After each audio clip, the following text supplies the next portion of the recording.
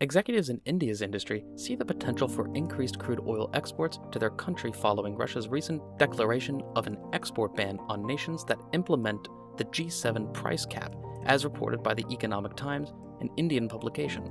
Earlier this week, Russian President Vladimir Putin announced that the country will no longer sell crude oil to any buyers that includes a price cap clause in the contract, effective from February 1st, and this ban will also cover oil products. However, Putin did mention that exceptions could be made in special cases. This move by Russia is seen as a response to what they perceive as unfriendly actions that are contradictory to international law by the United States and other foreign states and international organizations joining them. Earlier this year, the G7 agreed to implement a limit on the price of Russian oil exports. This was done to impede Moscow's oil profits while avoiding any harm to the global oil supply. The successful implementation of the caps can be attributed to the contributions of China and India.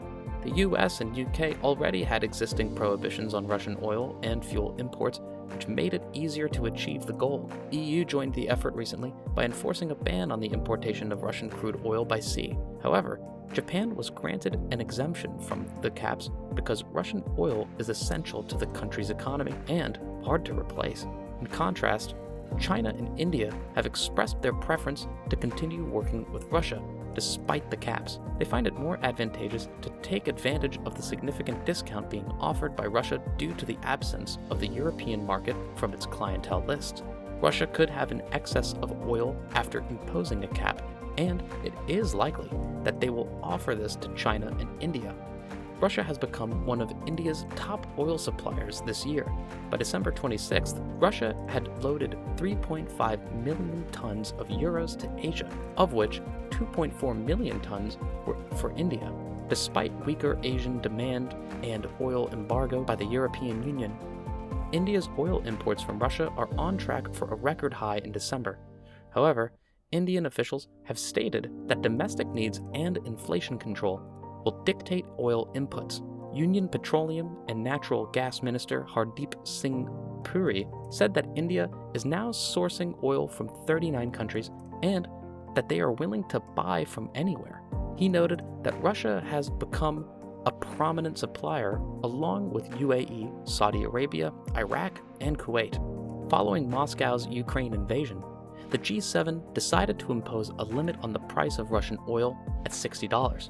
Despite this, Russia has been exploring options with New Delhi for the purchase of over 500 different products, which include parts for trains, cars, and aircraft. Since the start of the Ukraine invasion in February, India has become the primary outlet for seaborne cargoes of euros crude. Sources say that for some deals this month, the price for euros in Indian ports, including insurance and delivery by ship, has dropped to around $12 to $15 per barrel compared to a monthly average of dated Brent. This is down from a discount of $5 to $8 per barrel in October and $10 to $11 in November. According to industry sources, some oil is being sold at prices lower than the total production costs due to discounts, which include local levies. The cost of freight is adding to the burden of oil producers.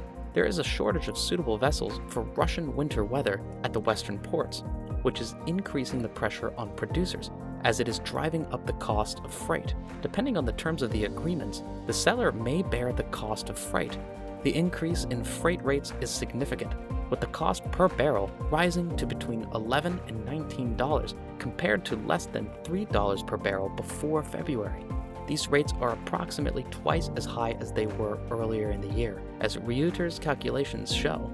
Furthermore, discounts for Ural soil sold to India under some agreements have widened to between $32 and $35 per barrel when the price of freight is not included.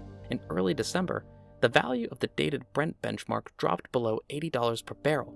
At the same time, the estimated cost of Russian oil for producers, which included the extraction tax and transportation costs to export ports, ranged from $15 to $45 per barrel. According to traders, Deputy Energy Minister Pavel Sorkin announced last year that Russian oil suppliers were attempting to transport euros oil to India using their own vessels and shipping partners to cut down on transport expenses. However, some oil producers still depend on trading companies, which means they will have to share any profits they earn.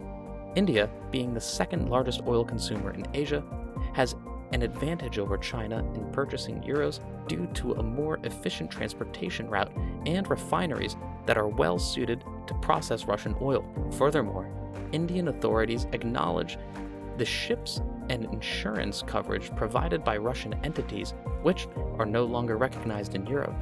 In November, Refinitiv Icon data revealed that euros supplies to India rose to at least 3.7 million tons, representing a record 53.2% of overall grade loadings via seaports last month.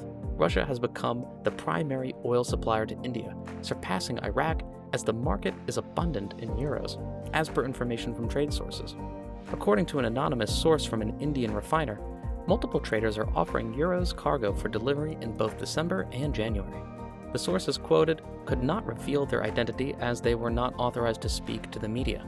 After Moscow's invasion of Ukraine, Russian crude oil was traded at significant discounts as many Western buyers avoided it. The discount has been continued to increase since December 5th, when most European refiners were prohibited from purchasing seaborne Russian crude along with the price cap.